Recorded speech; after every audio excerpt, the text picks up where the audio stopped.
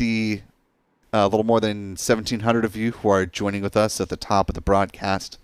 If you haven't already, you could do us a big favor just by liking and sharing the stream. Allows more folks to find their way into this live launch coverage. We are currently L-1 hour, 56 minutes, 35 seconds and counting to the planned launch of this Atlas V rocket. For those of you who were just with us for the Falcon 9 flight and are more used to just the T-minus clock, because United Launch Alliance employs 2 planned holds within its countdown timeline for its Atlas V rocket. The countdown on the terminal countdown, the T-minus time, is going to be different from the L-minus clock. The L-minus clock is counting, just broadly speaking, to liftoff, which is currently aiming for 7 p.m. tonight Eastern, 2300 UTC. The T-minus clock, which is currently not on your screen, but that is, again, the terminal count. So once it hits T-minus 4 minutes, there will be the final planned hold, and that will last about 15 minutes until ULA verifies that they are go to head into the final 4-minute terminal count. And then the L-minus clock will sync up with the T-minus clock and proceed to the final 4 minutes of the count until liftoff.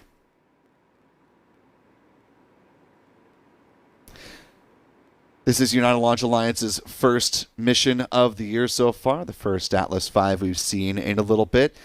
Also the first flight of Amazon's Project Kuiper satellites.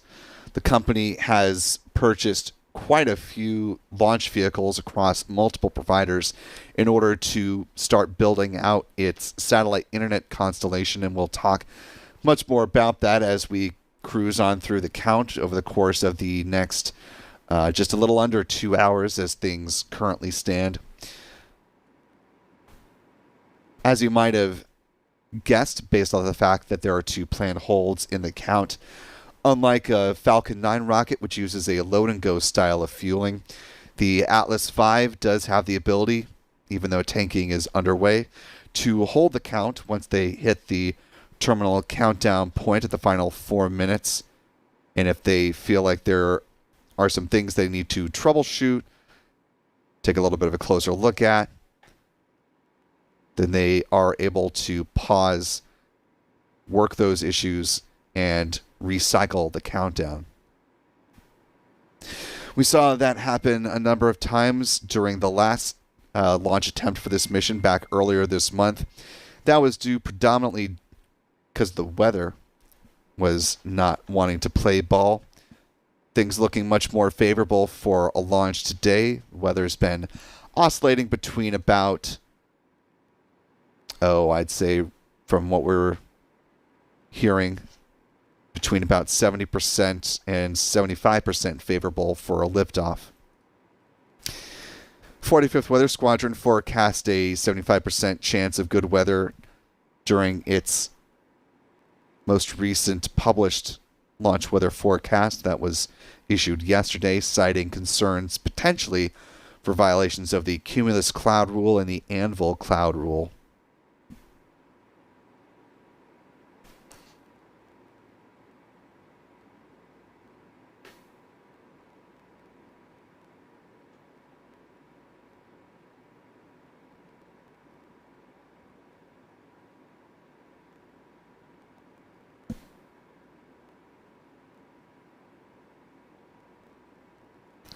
At the top of the hour, of course, was when when United Launch Alliance passed the L-2 hour mark. Throughout the course of the countdown, they will be releasing weather balloons in order to further assess conditions as they proceed towards the planned liftoff of this Atlas rocket. Per the most recent updates from ULA, the booster's liquid oxygen is now flowing on board the first stage of the Atlas V rocket. The vehicle holds about 48,800 gallons of the oxidizer.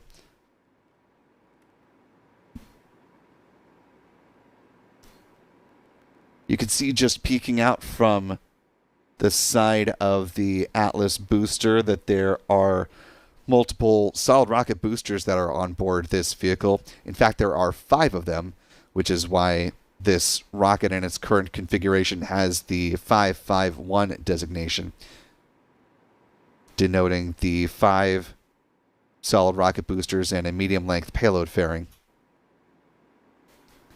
That fairing is about 17.7 feet, or 5.4 meters in diameter.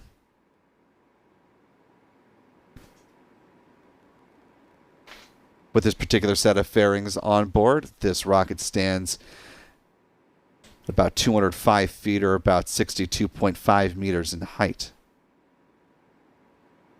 27 Kuiper satellites are on board this particular Atlas rocket. That's the cap for this launch vehicle. For future Vulcan launches of for the Kuiper program, a Vulcan rocket can carry 45 Kuiper satellites on board. And while there are other providers who will be launching Kuiper satellites, we actually don't have a readout at this point as to how many satellites each of those rockets will be able to carry. Amazon has purchased a whole slew of missions to support its constellation, with 38 coming from ULA and its Vulcan rocket. They also purchased 9 Atlas flights from Arianespace. They have 18 Ariane 6 launches, 12 from Blue Origin and its New Glenn rocket, with an option to add an additional 15, up to 15 if they so choose, and 3 Falcon 9 launches from SpaceX.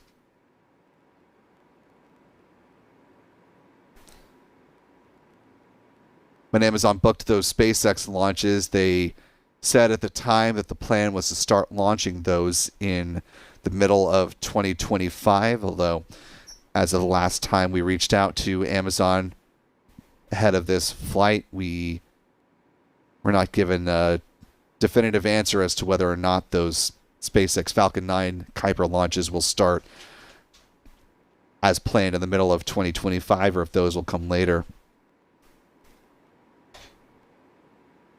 In talking with ULA President and CEO Tory Bruno at a media roundtable at the 40th Space Symposium in Colorado, he did mention that the plan as it stands is to be able to launch a couple of these Kuiper flights on an Atlas rocket before they go ahead and prepare for their first national security mission on a Vulcan rocket. That Vulcan flight, carrying the USSF-106 payload, set to lift off sometime over the summer. Sounds like it's towards the latter part of the summer, which would give the opportunity for another Kuiper Atlas flight, which would have the designation from Amazon's perspective as KA-02, or Kuiper Atlas 2. ULA uses a slightly different naming system for its Kuiper launches. This one is referred to as just Kuiper 1.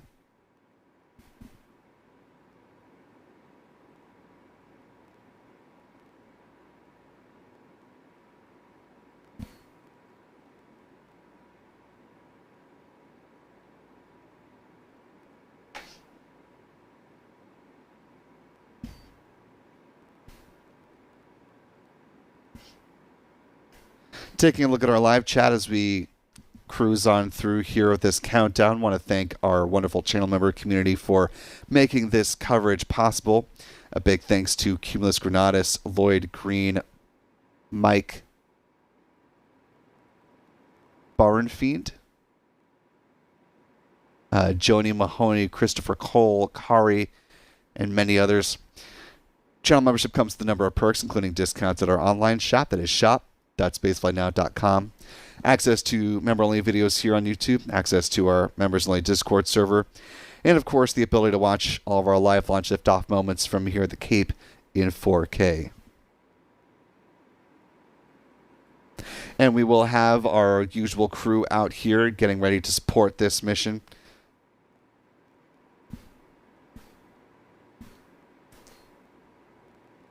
Our friend Pete Carson's with Max Q Productions will be here with us at the press site coming up a little bit later on in the broadcast. Our Adam Bernstein is getting ready to head out over on the Cape side for viewing from that vantage point. We also have our photographer Michael Kane here with us at the Kennedy Space Center press site as well.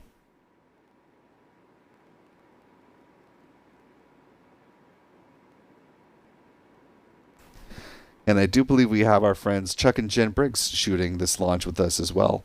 So look for their perspective on the Atlas rocket coming up a little bit later on in the stream.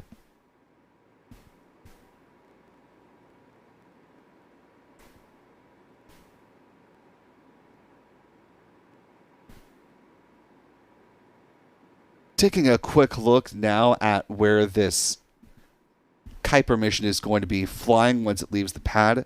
ULA, fortunately, as they typically do with their Atlas and Vulcan launches, created a nice little visibility map to give you an idea of, after liftoff, how long it will take and how far the rocket will be once it does leave the pad at Space Launch Complex 41.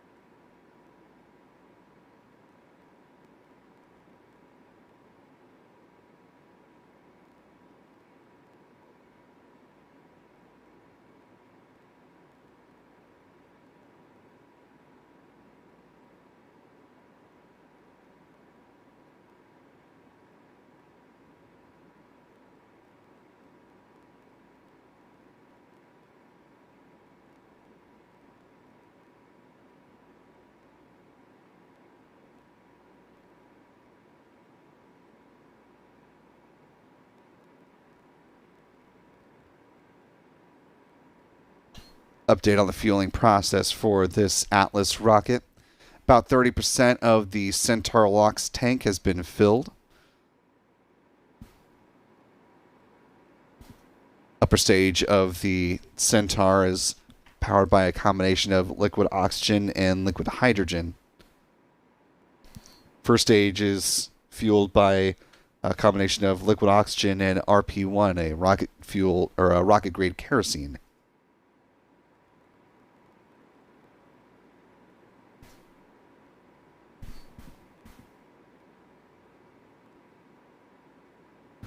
Per ULA, today's flight, or today's planned flight, I should say, will be the 275th launch of a Centaur vehicle over the course of its various iterations, going back to November of 1963.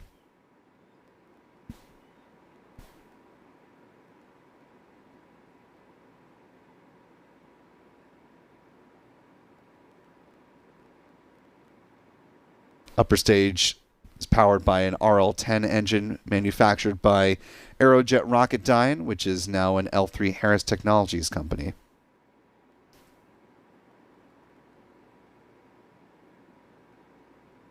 Actually, in just the last minute or so, the upper stage LOX tank has reached 75% fill. And at this point, the chill down of the prop lines for the liquid hydrogen on the Centaur upper stage are also now underway.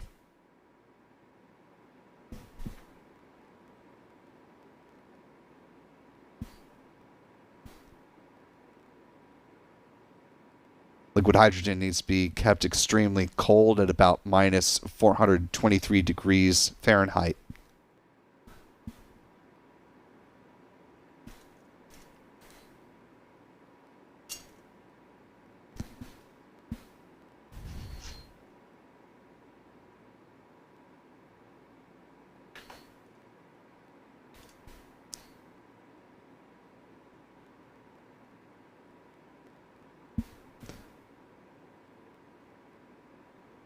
As we continue on with the countdown, just want to remind folks, if you have a comment or question about this mission or other goings on in the realm of space and space flight, you can use the YouTube Super Chat feature. And not only will you be giving us some interesting things to talk about as we cruise on through the count, but you'll be supporting what we do here at Spaceflight Now, and that, my friends, is always greatly appreciated.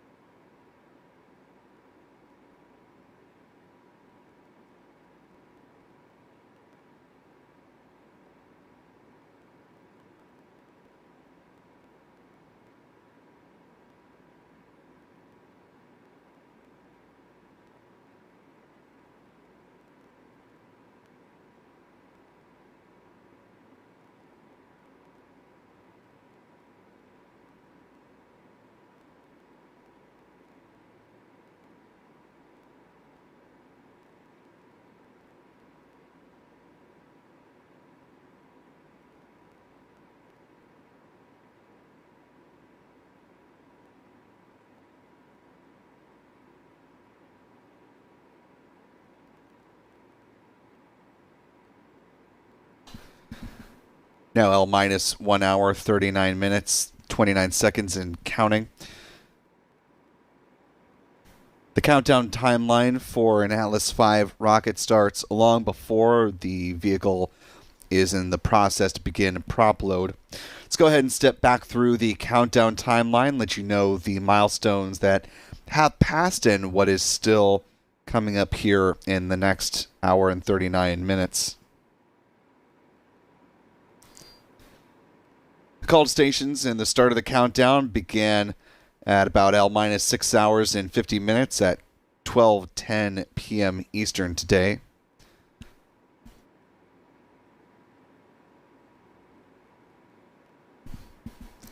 The next big milestone came a few hours after that at L minus 2 hours and 30 minutes. That's when the start of the planned 15-minute hold got underway.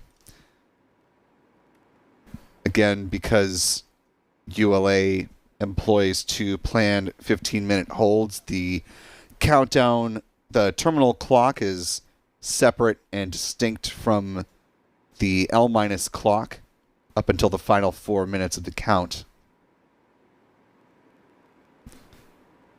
That hold was released a little bit after the chill down of the LOX lines began, preparing for liquid oxygen to start flowing on board the Atlas booster. Countdown picked up at L minus 2 hours and 15 minutes. That was just about 4:45 this afternoon. About 10 minutes after that, that's also when the Centaur LOX transfer lines began to be chilled. About 10 minutes after that is when Centaur LOX load began at L minus 2 hours and 5 minutes, or about 4:55 p.m. this afternoon, T minus 1 hour and 50 minutes. Atlas LOX load began about 10 minutes after that at L minus 1 hour 55 minutes.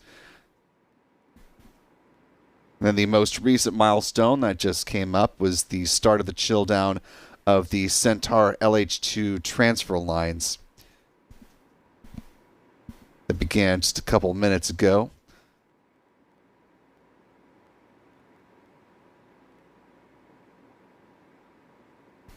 Approaching another milestone here, Centaur LOX topping, which is actually what they're just now getting into, according to ULA.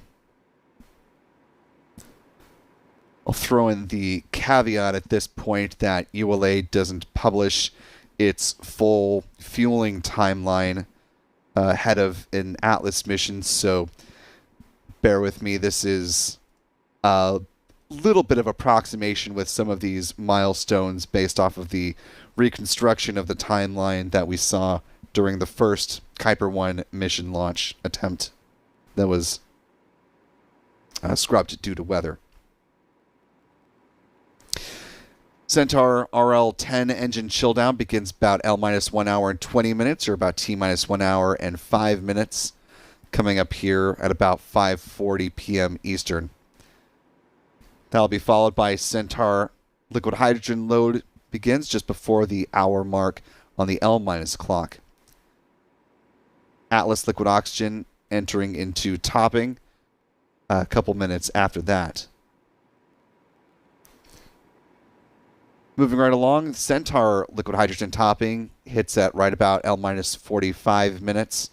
Then at about L-25 minutes to somewhere L-20 minutes, they'll conduct a final weather briefing before they go ahead and cruise on into the terminal count, which picks up at L-19 minutes or T-4 minutes. And this is the final planned hold that is incorporated into the countdown. And again, once they get into this terminal count hold, that's when they make their final assessments to determine if they are ready to proceed into the terminal count. And if, like last time, there's a weather issue that they need to wait out a little bit longer, they have a 2-hour window today, as they did last time. So a little bit of a buffer if they need to recycle the count and make another run at it. Once that hold lifts, the L- clock and the T- clock come into sync. The ignition of the RD-180 engine at the base of the Atlas booster will ignite at about L- or T-minus 2.7 seconds, and liftoff of the Atlas V rocket actually happens 1 second after T0. Just about an hour and a half to go before the planned liftoff of this Atlas V rocket. Once again, we are counting down, as things stand right now, to a 7 o'clock liftoff of this vehicle. And expect this Atlas V to move with some pretty good speed, given the fact that there are 5 solid rocket boosters on board this vehicle.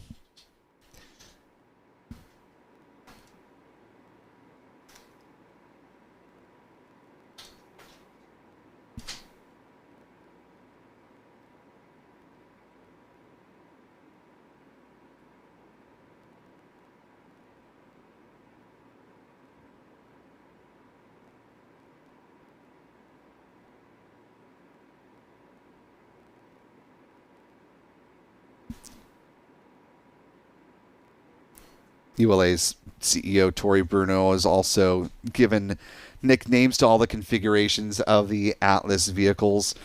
This one flying today with the length of fairing as well as the 5 solids, which gives the 551 designation, is nicknamed the Bruiser.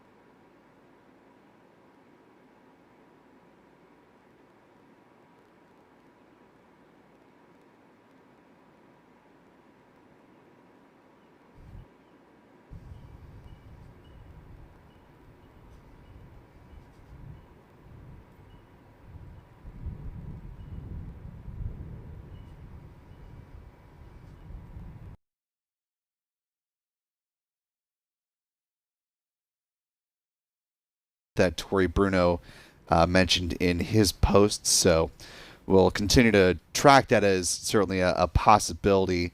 But as of now, they are continuing to move towards a liftoff as things currently stand at 7 p.m. Eastern from Pad 41. Launch weather officers with the 45th Weather Squadron apparently tracking an 80% chance of good weather for today's mission.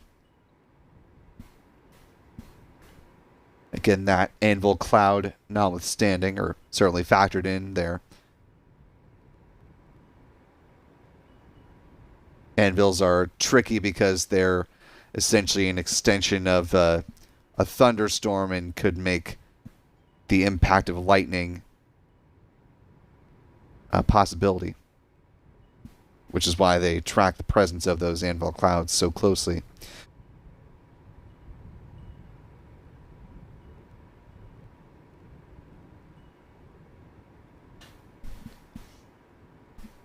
Another fueling update for you. The last of the 4 prop tanks that had not yet begun loading, the Centaur liquid hydrogen tank load, has now begun.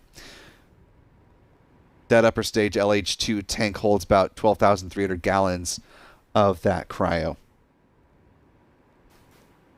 Little less than an hour and 12 minutes to go before the planned liftoff of this Atlas rocket. Taking a look at our live chat here, I want to thank the 2,700 of you who are watching with us live this late afternoon, early evening, however you want to think about it. If you haven't already, you could do us a big favor just by clicking the like button and sharing the stream. Lots more folks to find their way into this live launch coverage. I want to thank channel member Jim Fowley for being a member with us here for now 9 months, asking, is there another launch tonight? Yes, sir, there is. And you're taking a look at the rocket that's going to be supporting it in the big box on your screen at this moment. As the Starlink 12-10 mission, launch of 23 Starlink V2 mini satellites, 13 of which feature direct-to-cell capabilities.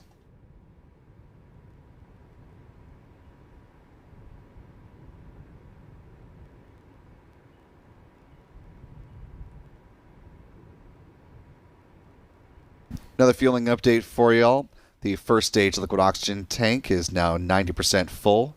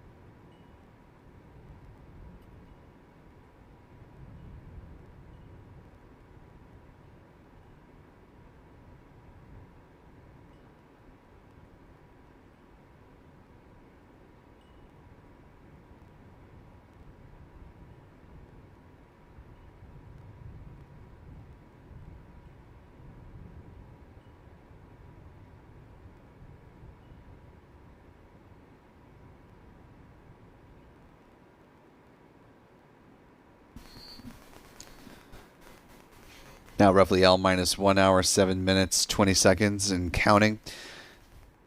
Latest fueling milestone, the first stage liquid oxygen tank is now complete. ULA is moving into topping. As you can see, simultaneously, SpaceX is bringing its Falcon 9 rocket into the upright and launch position there at pad 39A. Things continue to flow smoothly, both literally and figuratively, on the Atlas rocket there on the right-hand side of your screen.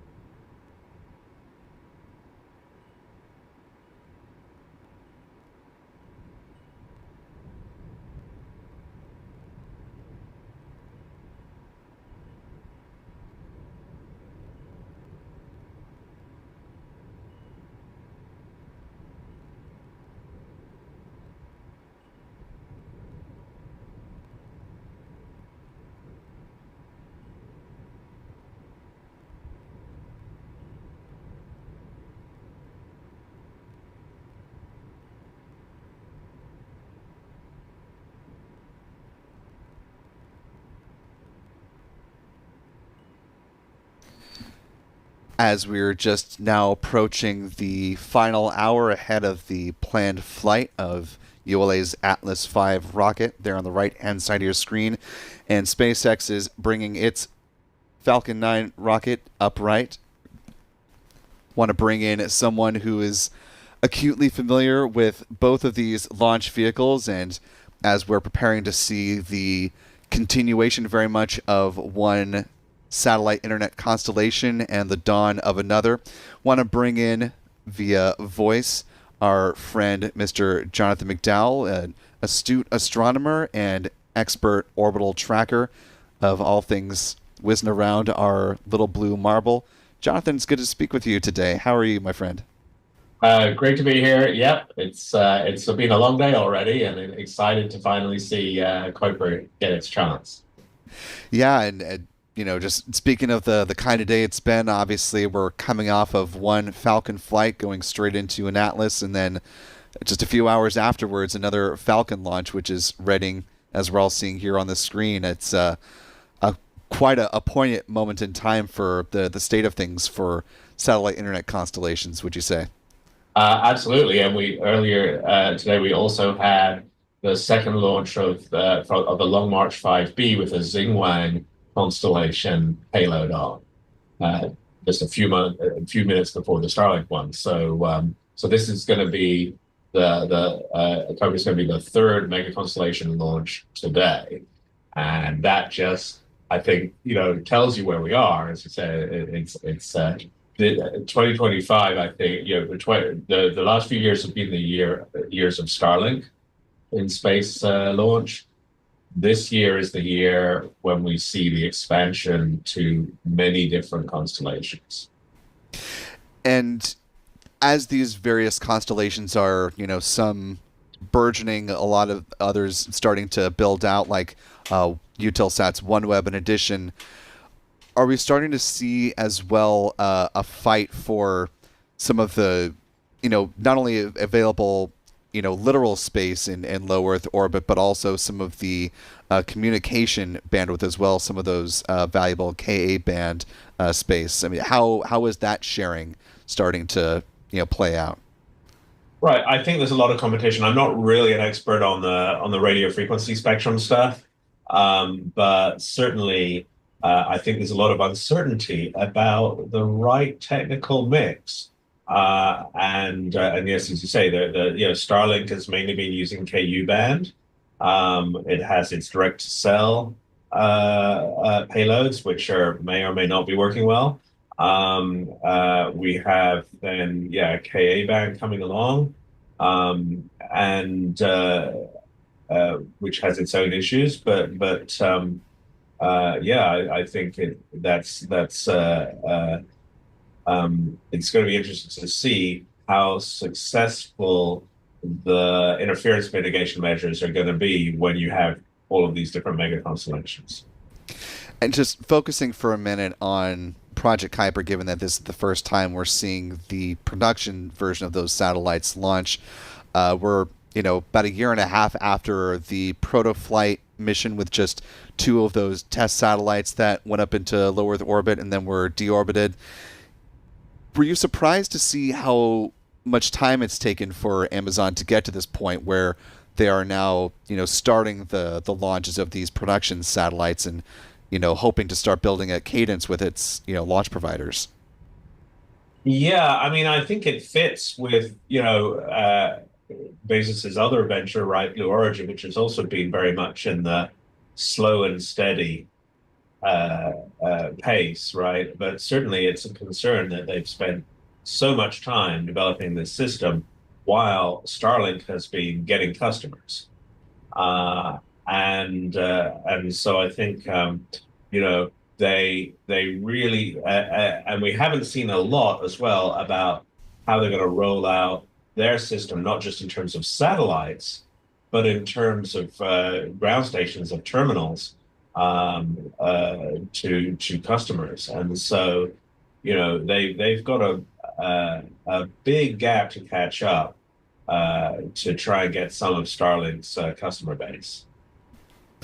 And, just given the beginning of the rollout process that we're starting to see here, it'll still be a little while yet before they're able to begin customer service. At one point they were hoping to start service back in 2024, and now presumably at the back end of 2025, once they've got enough of these Kuiper satellites on orbit in the various shells. Just given the number of contracts that SpaceX and its Starlink franchise have been able to book out via, airlines, via, cruise ships, cargo ships, high-speed rail, like we're seeing with the Brightline, for example, here in Florida. Do you think that Amazon's kind of avenue is looking for pockets that SpaceX hasn't necessarily delved into, or do you think they're going to try to compete head-to-head and try to, take some of the pie that SpaceX and Starlink are currently occupying?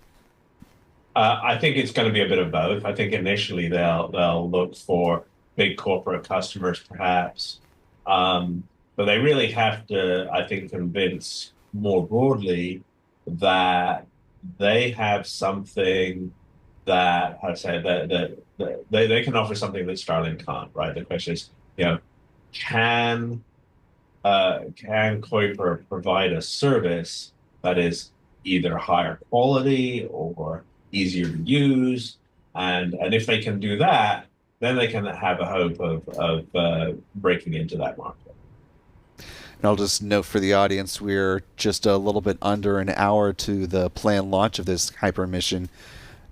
As you mentioned, Atlas LOX topping is underway. The next milestone that we're watching for coming up here at about L-45 minutes with Centaur liquid hydrogen topping. And then about 20 minutes after that, there will be another weather briefing as we're tracking that pesky anvil cloud that apparently is tracking towards us, which, ULA already ran into weather issues once. Hopefully they don't get snuffed by that again. But, Jonathan, bringing you back into the conversation here, when Amazon came out with its announcement of its massive launch purchase over the course of a few years. First with the 9 Atlases, then the 38 Vulcans, more than a dozen Ariane 6, a dozen New Glenn, and topping off with 3 Falcon 9 missions. Did it make sense to you, or were you surprised at sort of the launchers that they chose and the order that they chose it, or just given sort of the landscape of the launch environment at the time and given what they were trying to do with Kuiper, that it was sort of logical to go with ULA since SpaceX predominantly was busy with its own Starlink constellation launches? Right. I mean, I think to the extent that they didn't want to be dependent on SpaceX, because they do see them as a rival, it made sense to go for other providers. Um, the and there is a big question as to whether ULA can really deliver on the cadence that they need, particularly as ULA's focus has always, been on the government launches. My worry is that, if it's a choice between slipping a Kuiper mission and getting a national security mission off on time, ULA are going to prioritize the national security mission, right? So I think it'll be great to see this one go off. Let me see 4 or 5 go off and see what cadence they're really able to get on launching on these rockets. And that's where SpaceX have really demonstrated just a remarkable ability to keep firing these things up.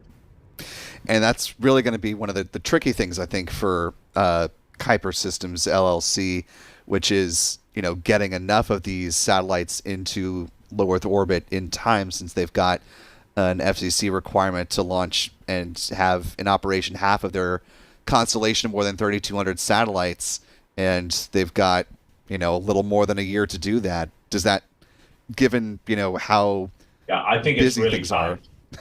I think it's really tight, and the word is that it's not just the launches, right? It's building the satellites and whether they can build enough satellites in time and ship them to the pad in time. And so I know it's possible, it's not inconceivable, but I think they've got a big challenge on their hands. And with the limited amount of tests they've been able to do so far, they have their 2 prototype satellites. Are they going to, have are these operational satellites going to be trouble-free? All it would take is one sort of generic design problem to sort of throw itself up to give you a 6-month delay in redesigning something, right? And so I think that they've really got to get lucky if they're going to deploy on the cadence that they really need to reach. And so I think that's going to be just very interesting to see how much they're able to keep to that schedule. And where these satellites are going to be operating at 590 kilometers, 610 and 630 respectively. Right. How do you sort of think about those particular altitudes as the choices for Amazon and its constellation? It's interesting. I mean, so it's a little higher than Starlink, right, which is more like 550. So these are more like 600. It's well below OneWeb and the Chinese constellations, which are picking sort of more 1,000 to 1,200 kilometers. So I don't like the ones that go to those high orbits, because if things go wrong, you're stuck with space debris for centuries. So good for Kuiper for going lower than that. Even so, it's a very crowded part of space. And maybe 600 is a little less crowded than 550, even discounting the Starlinks. But there's a lot of Chinese satellites at that altitude too. SpaceX have been starting to move a bunch of their satellites down from 550 to more like 450, partly because of the crowding at 550. So one thing I haven't heard anything about, right, is KUIPER's plans for collision avoidance and whether they're doing sort of similar things to Starlink in terms of automated collision avoidance, and how well they're going to be able to operate that. So yeah, it's a generic altitude for mega constellation satellites, and the 500, 600-kilometer range is at the upper end, but it's contributing to the overall crowding of low Earth orbit. And given SpaceX's long-term goals for its Starlink constellation, having eventually tens of thousands of Starlinks on orbit, and I imagine Kuiper will want to expand beyond its current allotment of 3,200 and some change.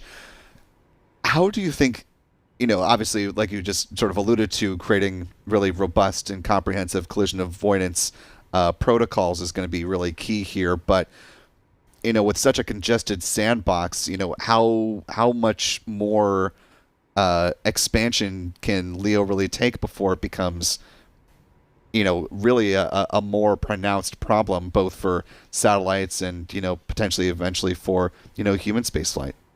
Yeah, I mean, I think it's already a problem. I think it is interesting, as you say, the first round of mega constellation filings in the US with the FCC, right, were all of the order of a few thousand.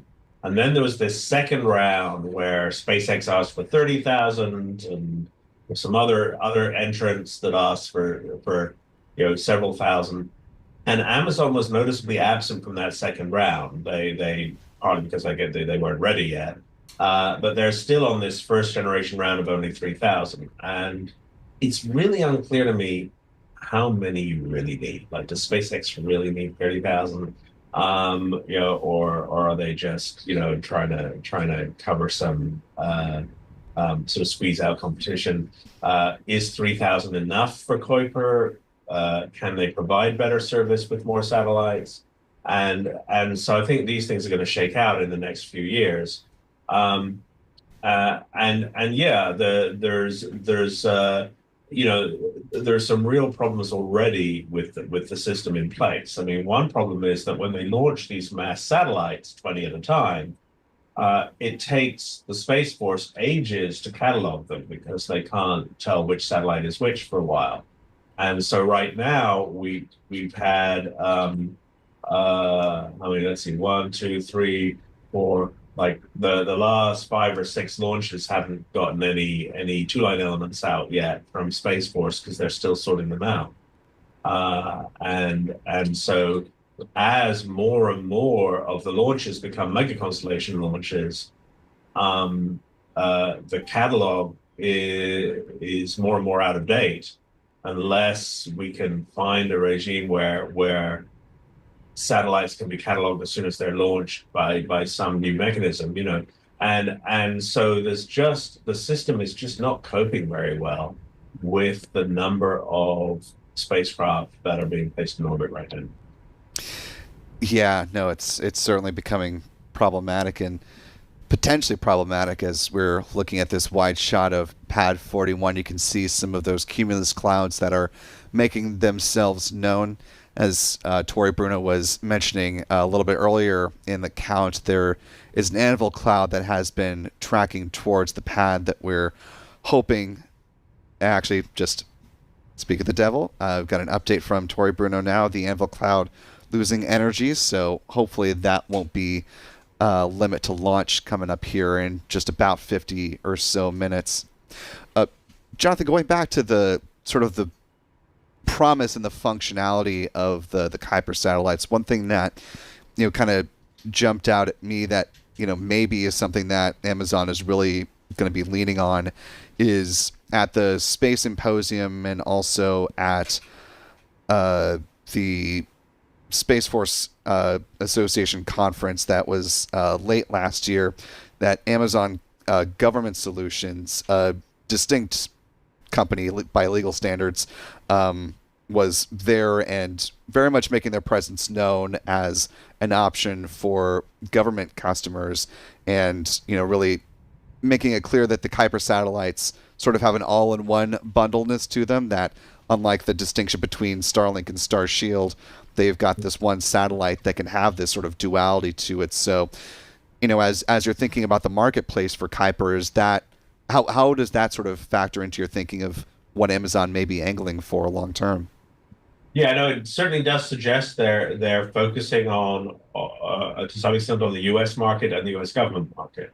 One of the problems, right, if you say, oh, we've got our government, including defense capability on the same satellite as my public capability, that's going to make it harder to get landing rights, to get transmission rights in other countries, right, which are going to be less willing to allow service from a satellite that's perceived, if it's perceived as a military satellite or as a satellite serving the military.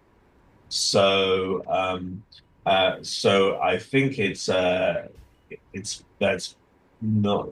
clear that that's a smart move on Amazon's part.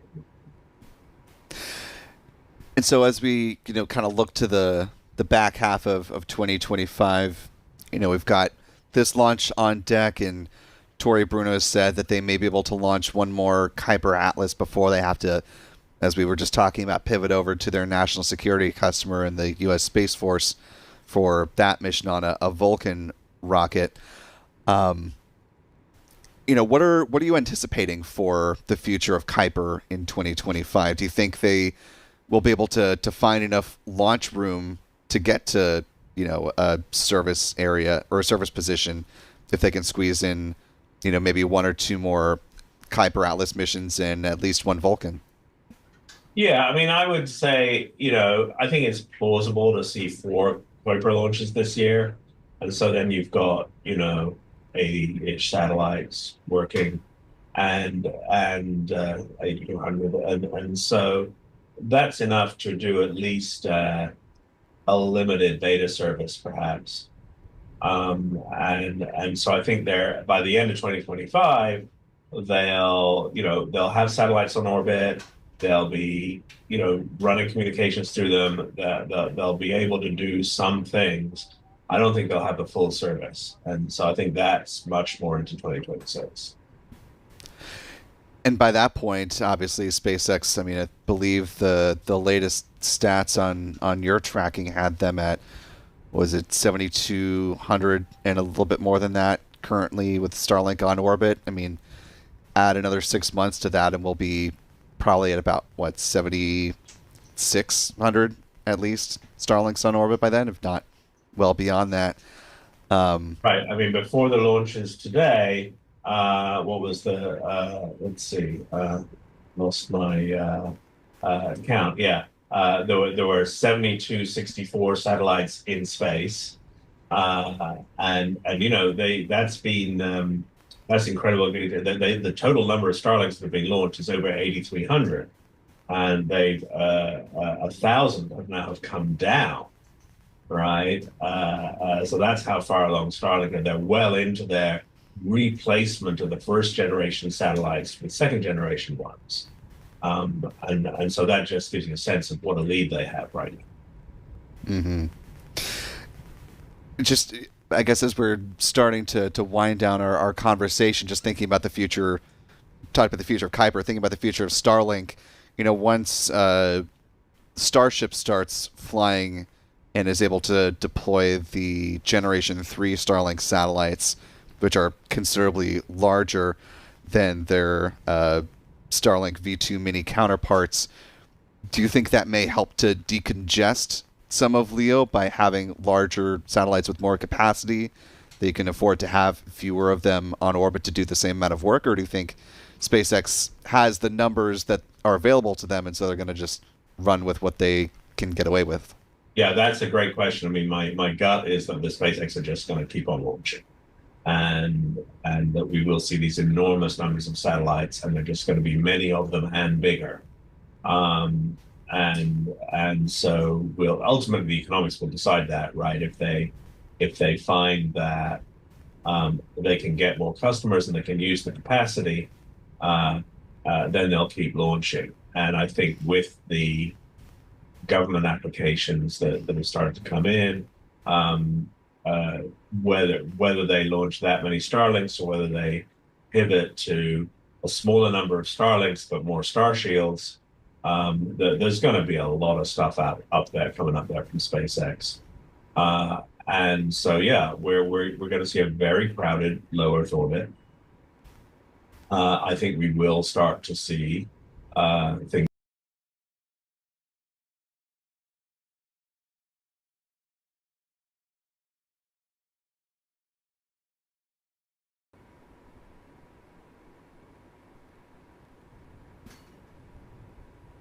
Got less than 10 minutes remaining in the built-in hold, which will lift at the T-minus 4 minute mark, or when the L-minus clock reaches L-minus 4 minutes as well.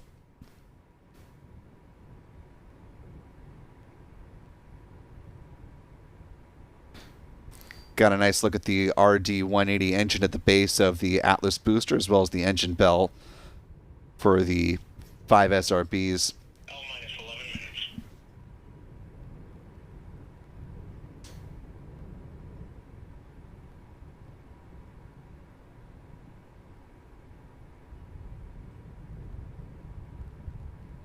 Looking inside the Launch Control Center, as you see there just at the bottom left-hand corner of your screen.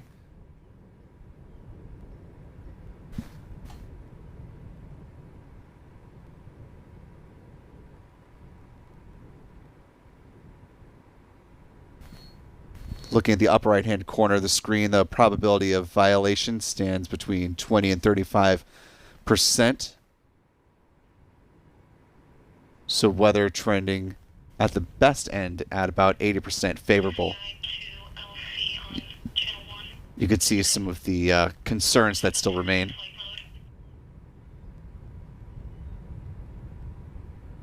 Countdown clock remaining at T-minus 4 minutes until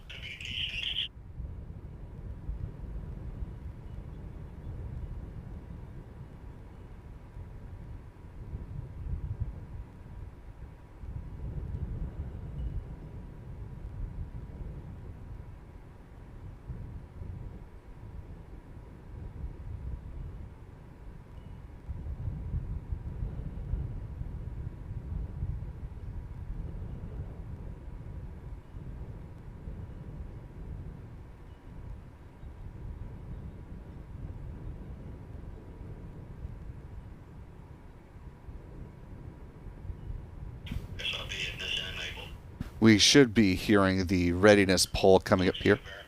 Purge flowing Jan 2 to the CISA. Verified. OSM verify the FCO, ROC, and OSM whole fire switches are in the proceed position. Ready to proceed. RLM verify red line monitor vent table are in the correct configuration for terminal count. Verified. RC verify solar radiation acceptable for launch. Verified. Launch on time verified. Roger. LC switch to the ready position. All steps are complete prior to the status check. We remain in the planned 15-minute hold as we continue towards liftoff. In a few moments, ULA launch conductor Scott Barney will poll the team for the final go to pick up the launch countdown. The launch coordinator conducts the launch team during countdown similar to how a symphony conductor is coordinating an orchestra. 28 engineers are polled to confirm the rocket is ready to proceed. This is the final status check for all Atlas vehicle systems, ground systems, and the payload, as well as the U.S. Space Force Eastern Range. Let's listen in as he performs the poll. L-minus 8 minutes.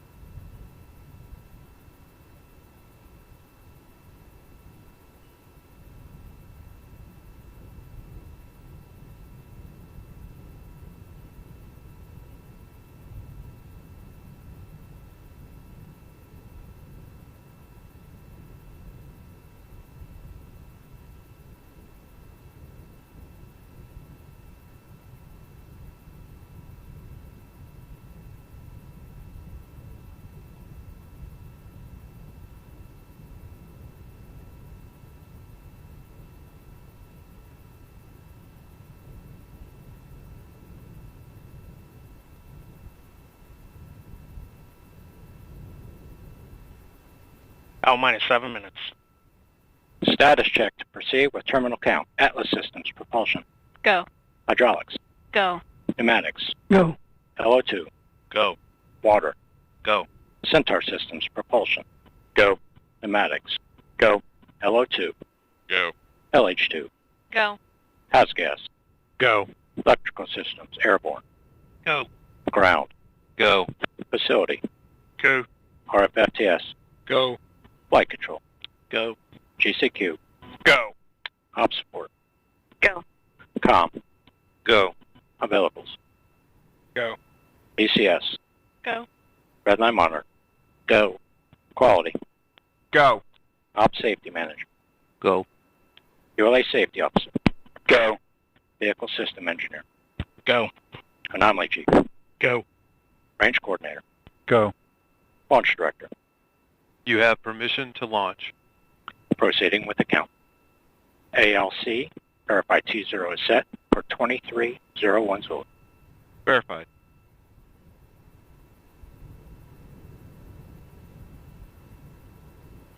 Polling is complete and the team is. And as you just heard, the go for launch has been given, and ULA is approaching the conclusion of this planned 15-minute hold. The countdown clock, the L- clock that you see in the upper right-hand corner of your screen, will sync up with the T- clock here in just a little more than a minute.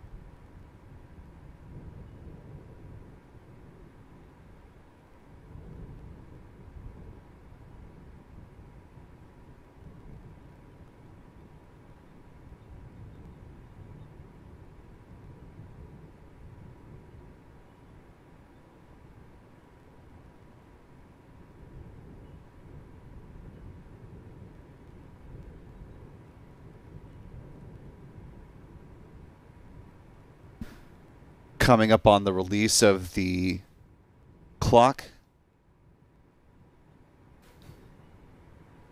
Let's listen in as they're about to release the hold.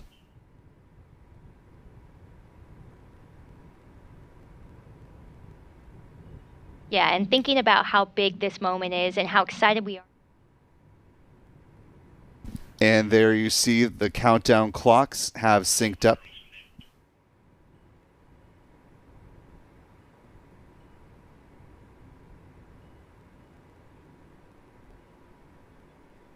T- clock is moving in sync with the L- clock. You might notice there's just a hair difference between our clock and what was on the ULA feed. There's just a slight, like a half-second delay from what's coming in the ULA feed.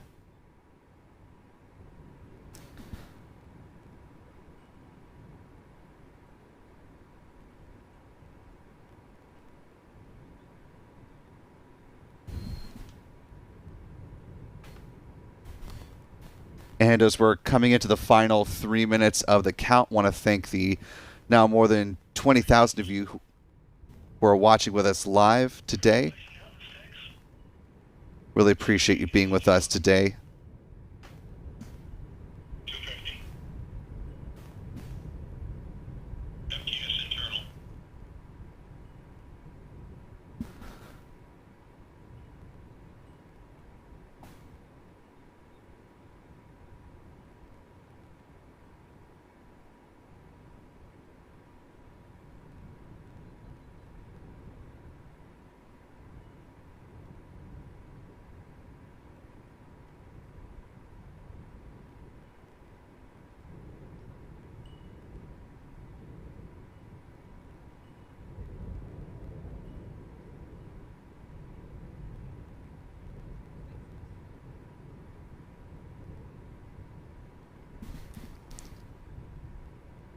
L minus 2 minutes and counting.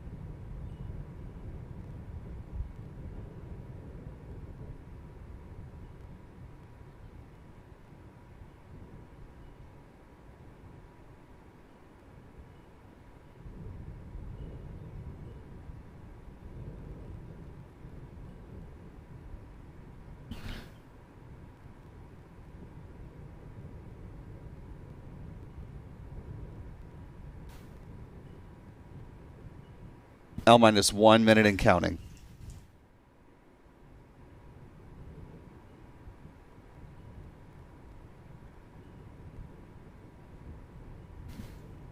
As a reminder, the RD-180 engine will ignite about 2.7 seconds prior to T0.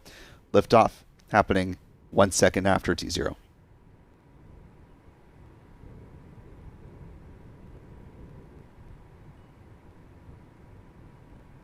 "30 seconds.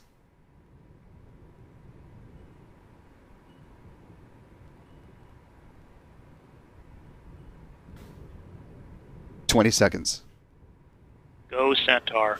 Go KA01.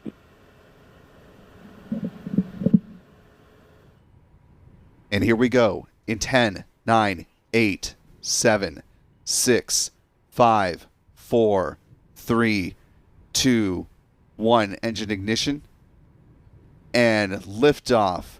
Liftoff of Atlas Kuiper 1, the beginning of Amazon's Project Kuiper satellite internet constellation.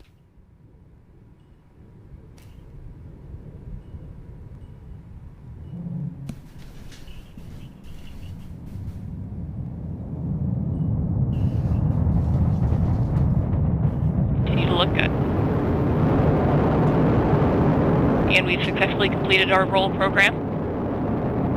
Hydraulics continue to operate nominally. Mach 1, Atlas 5 is now supersonic. Body rates continue to look good. Engine continues to operate as expected. Throttling back up. You are hearing Sarah Bailey Glasgow providing launch vehicle ascent data. We are now 7 miles in altitude, moving at 1,700 miles an hour. Now passing 1 minute into flight. Vehicle continues to pass through the center of the rain track as expected. SRBs continue to operate nominally. Throttling down, engine continues to burn as expected. SRB jettison is coming up in less than 30 seconds. Body rates continue to look good. Vehicle is now 1/2 of its liftoff weight. Max Q passing through maximum dynamic pressure. Coming up on SRB burnout. And we have good indication of SRB burnout, 10 seconds from SRB jettison. Throttling back up. And a good view of SRB jettison in real time. And we have good indication of jettison of all 5 SRBs. Engine continues to burn normally. We are now 32 miles in altitude, moving at 4,000 miles an hour. We just heard confirmation Coming of up the on 2 solid minutes rocket into booster flight. jettison. These additional motors augmented the thrust at liftoff to give Atlas rocket an extra boost to reach its circular low Earth orbit destination. These SRBs are called GEM 63s, which stand for graphite epoxy motor, and are 63 inches in diameter. The most obvious difference you'll see between Atlas and Vulcan SRBs is the nose cone shape. Vulcan has a conical nose cone, whereas Atlas has a duckbill or O-drive shape. We're coming up here on our next mission event, jettison of the payload fairing. Let's listen in to Sarah. Continues to move down the center of the range track and is moving at 5,300 miles an hour.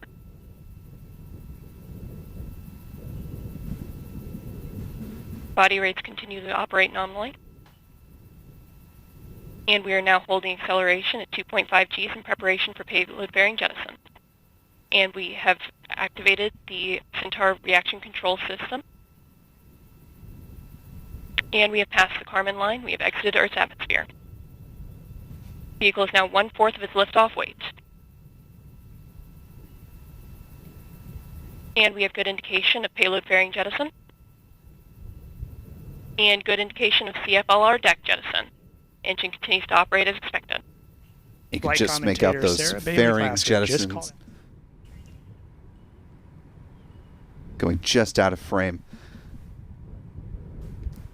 Now about 3.5 minutes into the mission, the next milestone is going to be the booster engine cutoff, or BECO, at about T plus 4 minutes and 23 seconds. That'll be followed by booster Centaur separation.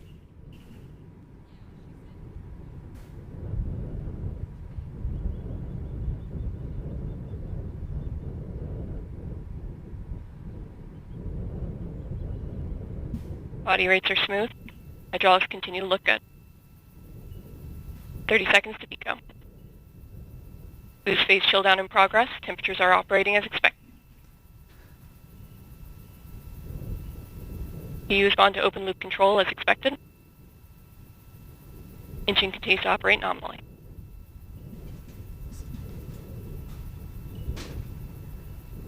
And we've completed boost phase chill down as expected.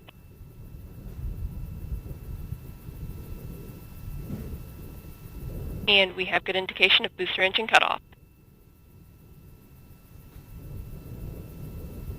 And we have good indication of Centaur separation. Restart on fuel and locks, good staging.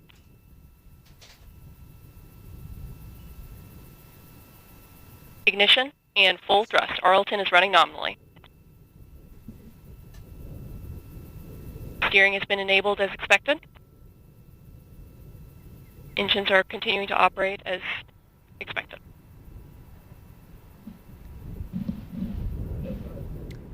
This is Atlas Mission Control at T plus 5 minutes. We just heard flight commentator Sarah Bailey Glasgow confirm the successful completion of today's early milestones in today's flight, and all systems. And with a good start to the mission here for KUIPER Atlas 1,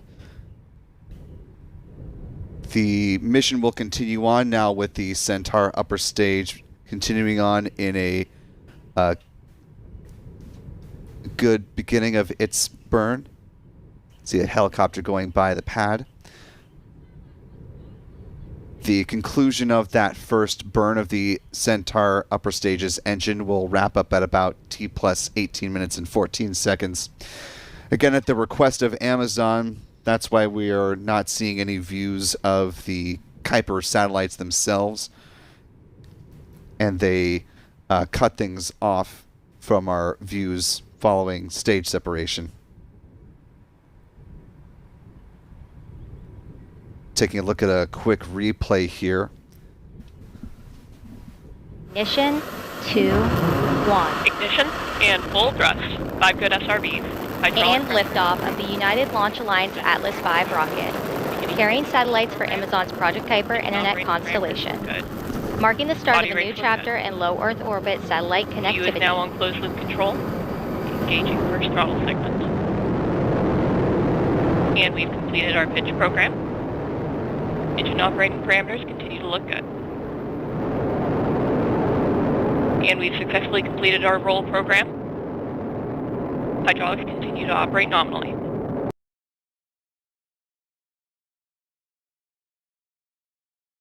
On their Amazon social media or on Project KUIPER, declaring that the satellites were successfully deployed and the beginnings of the checkout on orbit process begins.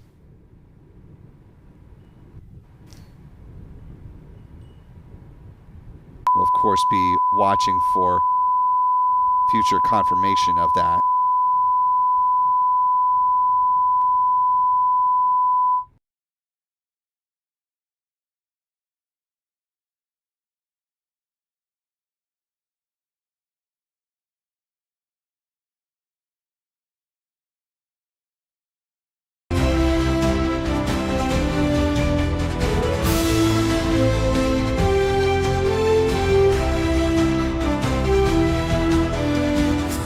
Dark we rise and soar, guided by the dreams we wore. From the oceans to the skies, endless fire burns in our eyes. Beyond the stars we chase the light, with fearless hearts through endless nights. No frontier can hold us down, the universe is our playground.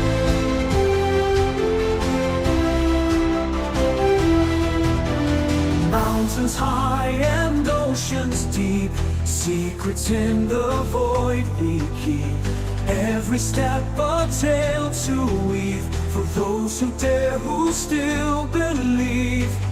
Beyond the stars we chase the light, with fearless hearts through endless nights. No frontier can hold us down, the universe is our playground.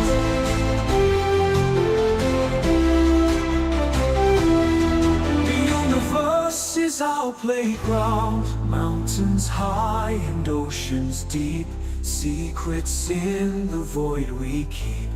Every step a tale to weave, for those who dare, who still believe. Beyond the stars we chase the light, with fearless hearts through endless night. No frontier can hold us down, the universe is our playground. Echoes call from far away, guiding ships through cosmic sway. With every launch a new sunrise, the quest for knowledge never dies. Beyond the stars we claim the skies, bound by hope that never dies. To worlds unknown we'll make our mark, lighting flames within the dark.